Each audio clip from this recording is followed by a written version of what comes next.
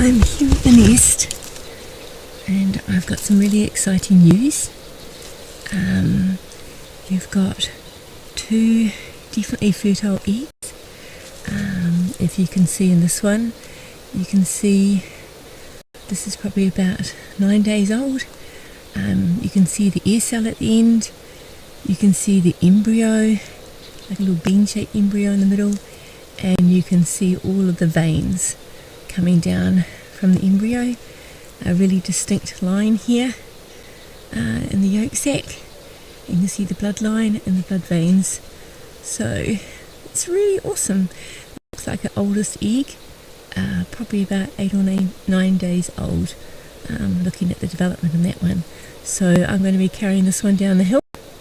I'm going to write her name on it and the number of the egg, and then I will show you the next one. We've got another definitely fertile egg as well.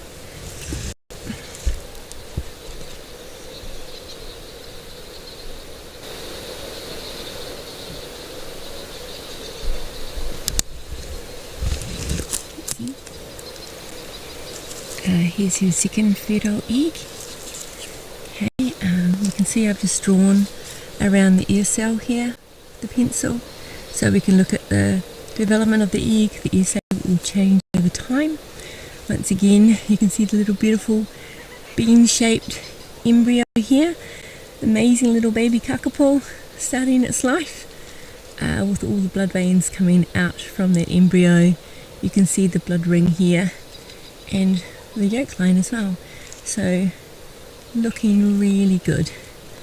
So once again, maybe about 6 days old, looking at the development of this egg.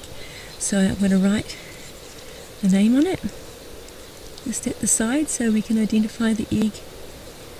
Back at base, so call this one Rakiura 2 because it's the second younger egg. You see the ear cell here, so I'm going to pop them in a little egg transfer box and take it down to the incubator. So super exciting!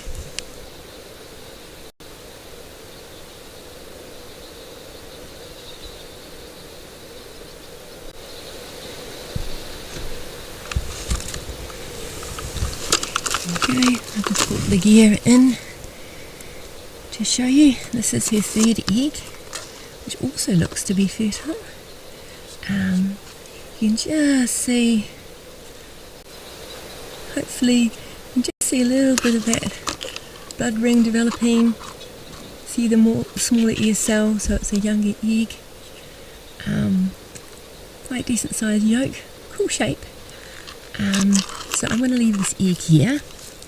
Oops, I've got the pink one.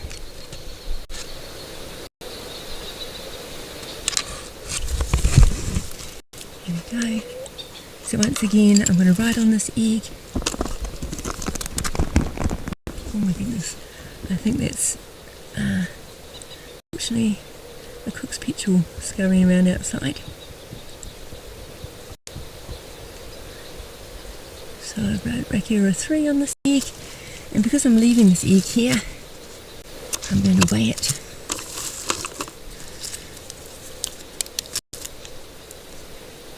And so I've got the lid of the box here, it's got a little level.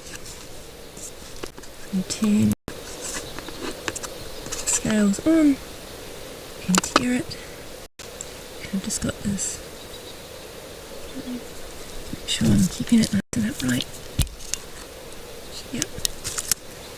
Here we go. So that's the egg weight. We'll slide that down.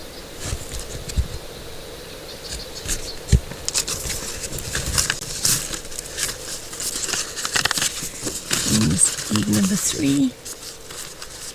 And the weight is 36.55 grams, and now I'm also going to measure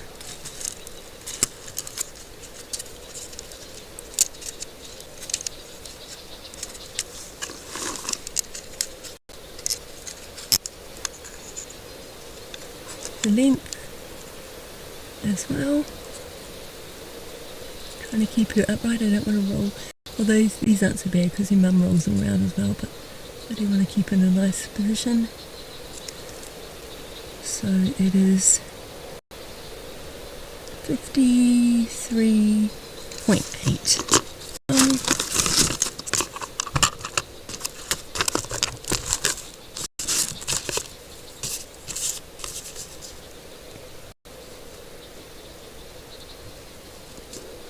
Its estimated age is about 3 days.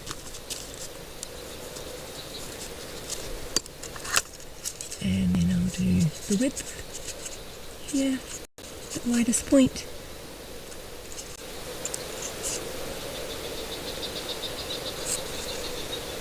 And it is 35.9 wide.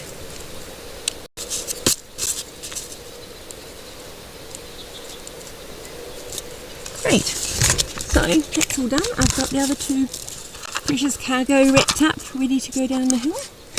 And I'm going to leave this little egg for her when she comes home. And we're also going to put another egg in as well.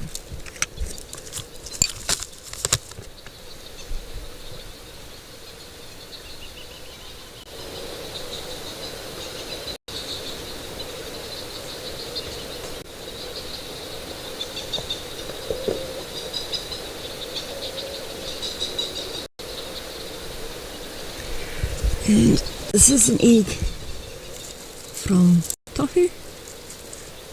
Okay, this is an infertile egg, and we're leaving her with 2 eggs so she doesn't come home and think I left with 3 and I've only come back with 1. So it's a little bit better ratio for her to come back to. And I'll pop them nicely in the nest chamber. I've got to collect a little bit of soil.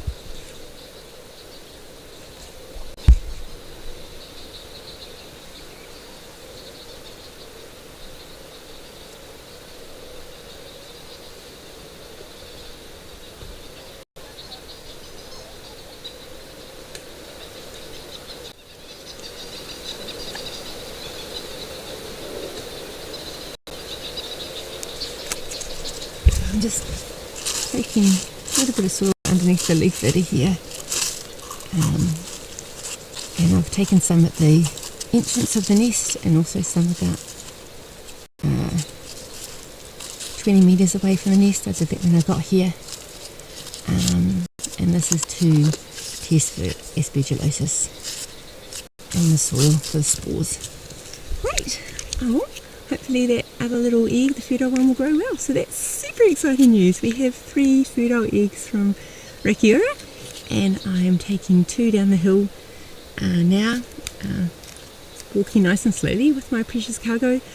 I have got them. I can show you the box.